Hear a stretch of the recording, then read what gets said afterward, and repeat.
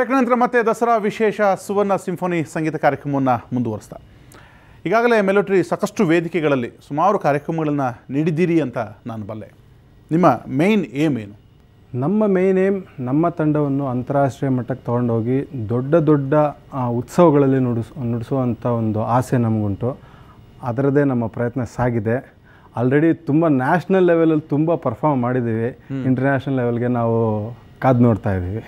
ಈ ಟೀಮ್ನ ಇನ್ನೊಂದು own compositions ನಾನು ಕೇಳೋದಾದರೆ ಇವತ್ತಿನ ಕಾರ್ಯಕ್ರಮದಲ್ಲಿ ನಾವು ಡೆಸರ್ಟ್ ವ್ಯಾಲಿ ಅನ್ನೋ ಒಂದು ಅರೇಬಿಯನ್ ಕಂಪೋಸಿಷನ್ನ ನುಡಿಸ್ಲಿಕ್ಕೆ ನಾವೇ ಸ್ವತಃ ಕಂಪೋಸ್ ಮಾಡಿರೋದು ಪ್ರೆಸೆಂಟ್ ಮಾಡಲಿಕ್ಕೆ ಇಷ್ಟಪಡ್ತೀವಿ. ಪ್ಲೀಸ್.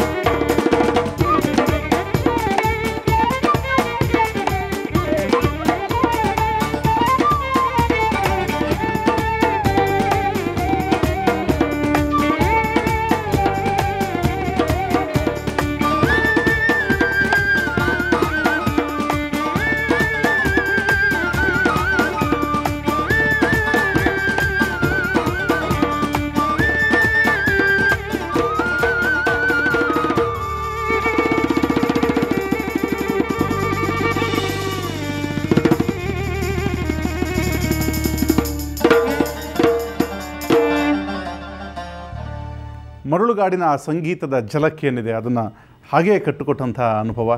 Thank you. ಹಾಗೆ ಈಗಾಗಲೇ ಸಾಕಷ್ಟು ನಿರೀಕ್ಷೆಯನ್ನು ಇಟ್ಕೊಂಡಿದ್ದೀರಿ ಮತ್ತು ಒಂದಷ್ಟು ನಿಮ್ಮೆಲ್ಲ ಬ್ಯುಸಿ ಸ್ಕೆಡ್ಯೂಲ್ನ ಮಧ್ಯೆಯೂ ಕೂಡ ಒಂದಷ್ಟು ಬಿಡುವು ಮಾಡಿಕೊಂಡು ಹೊಸ ಹೊಸ ಕಂಪೋಸಿಷನ್ಸ್ ಕೇಳಿಸ್ತಿದ್ದೀರಿ. ಅದು ತುಂಬ ಇಷ್ಟ ಆಗುವಂಥ ಪಾರ್ಟ್. ಮೆಲೋಟ್ರಿ ಇನ್ನಷ್ಟು ದೊಡ್ಡ ಹೆಮ್ಮರವಾಗಿ ಬೆಳೀಲಿ.